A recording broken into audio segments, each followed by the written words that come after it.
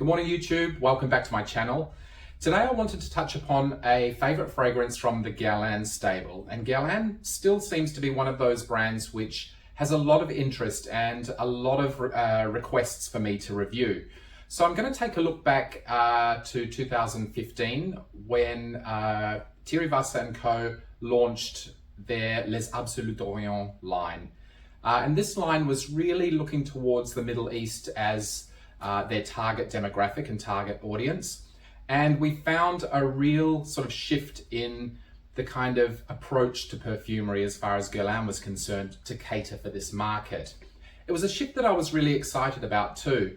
It sort of saw the very French approach to perfumery kind of discarded and a more Middle Eastern vibe picked up in their compositions. I'm going to be looking at Ambre Eternel. Now, this is a tongue twister for me to say in French. I'm not a native speaker, so I'm going to say Ambre Eternel from here forth. And this was the second fragrance to be launched in that series. And it's one that had a pretty profound impact on me. I found it to be pretty much spectacular from the get-go. Now, the name Ambre Eternel in this fragrance kind of, I guess, suggested that sort of honeyed, sweet, ambery kind of vibe. But what we soon found out with this one is they were referring to Ambergris. And I'm going to take a quick moment to disambiguate the term because it's widely misunderstood in perfume circles. So there are two varieties of amber. One is the vegetal variety, which is hardened tree sap or fossilized tree sap. Where there were ancient forests in the world, particularly in Estonia and that sort of northern European area. They have vegetal tree sap wash up on their beaches after a storm, and it's kind of hard and yellow, and if you burn this over coals or in a fire, it releases a very kind of resinous perfume like frankincense. Well, frankincense and mastica and these kind of things are that hardened tree sap. So that's vegetal amber. But ambergris is obviously the byproduct of a sperm whale, and I did touch upon that in my Nishane video for Africa Oliphant. Ambergris is produced by a sperm whale as a result of irritants in its intestinal tract. Its stomach sort of secretes this secretion which kind of wraps up these irritants and grows larger and larger and larger until eventually the whale's digestive tract is cut off and the whale perishes. It's then torn apart by sharks and fish and you name it in the sea, and this indigestible blob sort of gets released into the ocean and floats around forever, taking on the sort of scents of the ocean and the sun, and is tinctured into an ambergris fragrance. So this is the latter. This is a grey amber or ambergris fragrance, and as soon as I passed it under my nose, I got instantly excited. It has a really wonderful sort of ashen, animalic feel to it. Not what I was expecting of something sweet and ambery in the tree variety. It was really something special. So it's got wonderful notes of coriander and cardamom.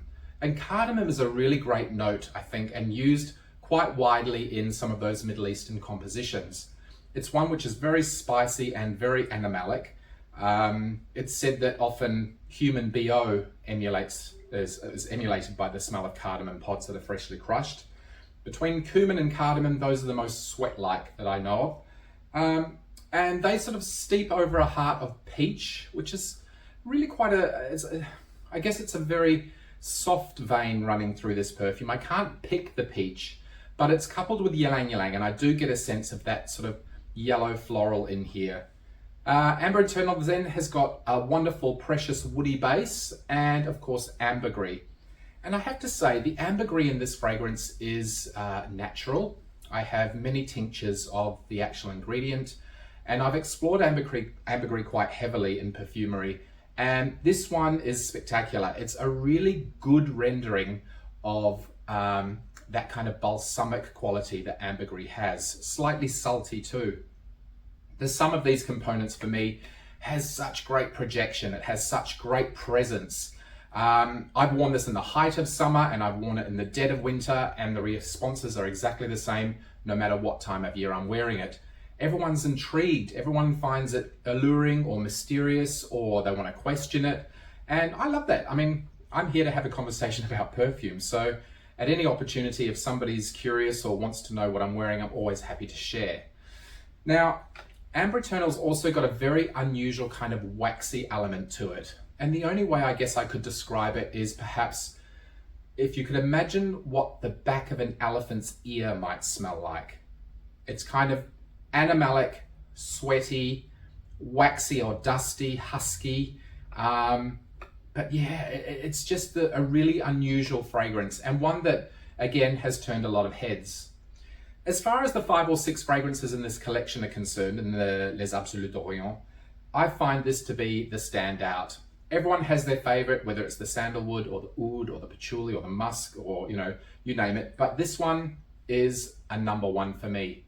But unfortunately, it was one of the first to be discontinued from the series. So obviously not a big seller, but for me, definitely has a lot of characteristics in a fragrance that I adore.